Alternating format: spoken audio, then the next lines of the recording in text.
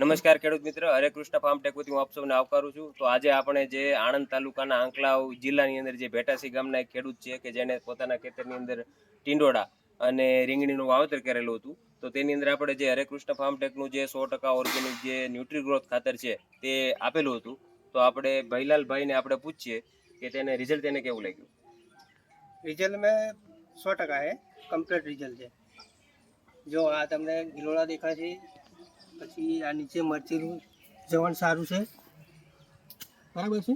હા. પછી રીંગણીમાં સારા ફૂલ ફળ ને આ નાખ્યા પછી જ એનું રિઝલ્ટ મળ્યું છે, બરાબર છે.